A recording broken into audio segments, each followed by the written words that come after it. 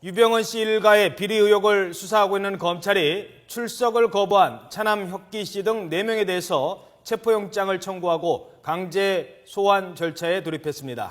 유 회장이 계열사 경영에 직접 참여했고 청해진 해운 회장이라는 물증도 확보가 되면서 유병헌 회장은 이르면 다음 주쯤 검찰에 소환될 것으로 보입니다.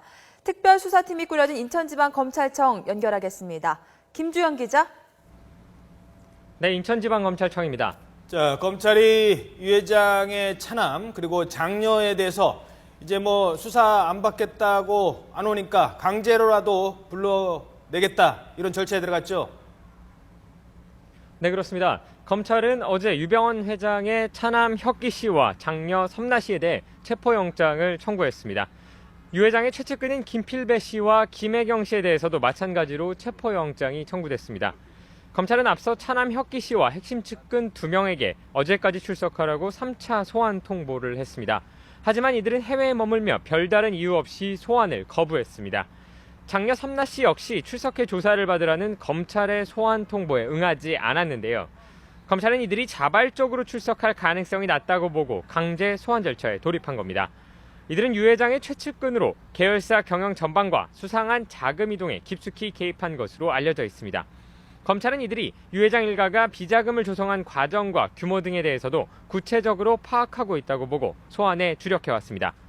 이에 따라 검찰은 법원이 체포영장을 발부하면 곧바로 여권 무효화 조치에 나설 예정입니다. 여권이 무효화되면 신분상 불법 체류자가 되기 때문에 추방이 가능해집니다. 검찰은 미국 수사기관과의 협조를 통해 여권을 무효화한 뒤 범죄인 인도 청구 등의 절차를 진행할 방침입니다. 네, 그런데 이번 비리 의혹의 핵심은 결국 유병헌 전 회장일 텐데 유 회장이 청해진 해운의 회장이라는 결정적인 증거도 확보가 됐죠. 네, 그렇습니다. 검찰은 청해진 해운과 각 계열사에 대한 압수수색에서 유병헌 씨가 회장으로 표기된 비상 연락망을 확보했다고 밝혔습니다. 이 비상 연락망에는 유 회장이 회장이라는 직함과 함께 맨 위에 써 있었던 것으로 확인됐습니다.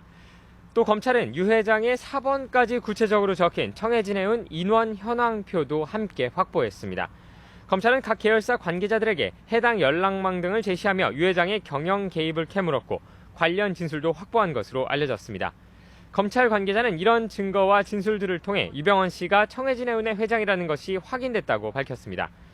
이번 수사의 핵심은 결국 유 회장이 경영에 개입했는 사실을 어떻게 입증하느냐에 있었습니다. 이 부분이 확인돼야 유 회장에게 세월호 참사의 법적 책임을 물을 수 있기 때문입니다. 이런 가운데 구체적인 증거와 증언들이 나오면서 유 회장에 대한 수사도 속도를 낼 것으로 보입니다. 유 회장을 압박하기 위한 계열사 핵심 인물들에 대한 사법 처리와 압수수색도 이어지고 있습니다. 어제 이재영 아해 대표에 대한 구속영장이 발부됐고 박승일 I1I 홀딩스 감사에 대해 특경법상 배임 등의 혐의로 구속영장이 청구됐습니다. 오늘 오후에는 유 회장의 핵심 측근 7인방에 포함된 고창환 세모 대표와 변기춘 천혜재 대표에 대한 영장 실질 심사가 진행됩니다. 또 검찰은 현재 전향자 씨가 대표로 있는 국제영상을 포함해 유병헌 계열사 4-5곳에 대해 추가로 압수수색을 진행하고 있다고 밝혔습니다. 이처럼 비리 의혹과 관련된 수사가 빠르게 진행되면서 유병헌 회장도 이르면 다음 주쯤 소환될 가능성이 높아지고 있습니다. 지금까지 인천지방검찰청에서 YTN 김주영입니다.